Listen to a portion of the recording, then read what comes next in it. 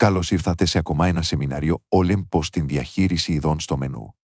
Σε αυτό το σεμινάριο θα εξερευνήσουμε πώς να διαχειριστείτε τα είδη στο μενού σας, όπως προσθήκη, αφαίρεση, επεξεργασία και επίσης τον χειρισμό τιμών και ΦΠΑ. Όταν ανοίξετε τη φόρμα με τα είδη, θα παρατηρήσετε ότι στην αριστερή πλευρά υπάρχουν δύο στήλες πλοήγησης. Αυτές σας επιτρέπουν να φιλτράρετε εύκολα τις κατηγορίες. Για παράδειγμα, επιλέγοντας την κατηγορία που σας ενδιαφέρει, θα εμφανιστούν όλα τα είδη στη δεύτερη στήλη. Κάνοντας κλικ σε ένα είδος, θα εμφανιστούν οι λεπτομέρειες του στα δεξιά.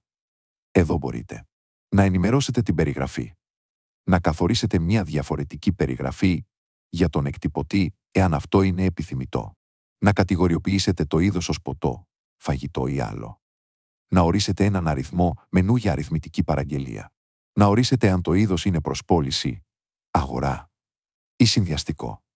Να επιλέξετε την επιλογή ελεύθερη τιμή αν η τιμή εισάγεται χειροκίνητα κατά την πώληση. Μπορείτε να επιλέξετε αν το όνομα της κατηγορίας θα εκτυπώνεται μαζί με την περιγραφή του αντικειμένου. Καθορίστε πού θα εκτυπώνεται η παραγγελία του αντικειμένου, π.χ. εκτυπωτής κουζίνας.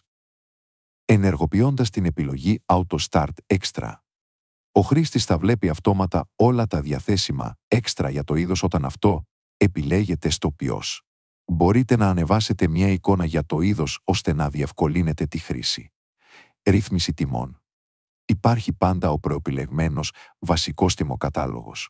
Θα μπορούσε εδώ για παράδειγμα να προσθεθεί μια τιμή με συγκεκριμένη προσαρμογή για παραλαβή από το κατάστημα.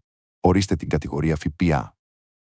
Μπορείτε να προσθέσετε ή να επεξεργαστείτε έξτρα που σχετίζονται μόνο με το συγκεκριμένο είδος. Αναλυτική επεξήγηση λειτουργίας έξτρα υπάρχει σε επόμενο σεμινάριο.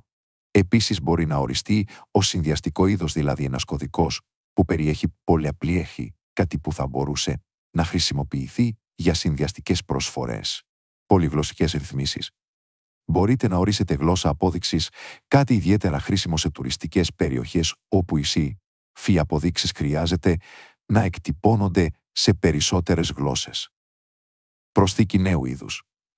Χρησιμοποιήστε την επιλογή προσθήκη από βάση για να επιλέξετε από βάση δεδομένων με προκαθορισμένα είδη.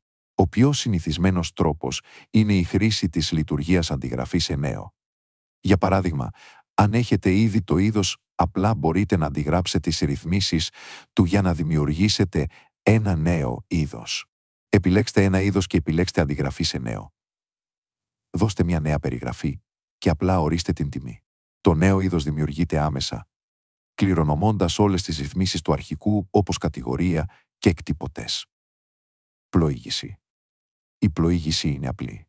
Μπορείτε να μετακινηθείτε στις εγγραφές, να μεταβείτε στο τελευταίο είδος ή να αλλάξετε εύκολα κατηγορίες. Υπάρχει επίσης και φίλτρο περιγραφής είδους για αναζήτηση. Σας ευχαριστούμε που παρακολουθήσατε άλλο ένα σεμινάριο Olympus Manager.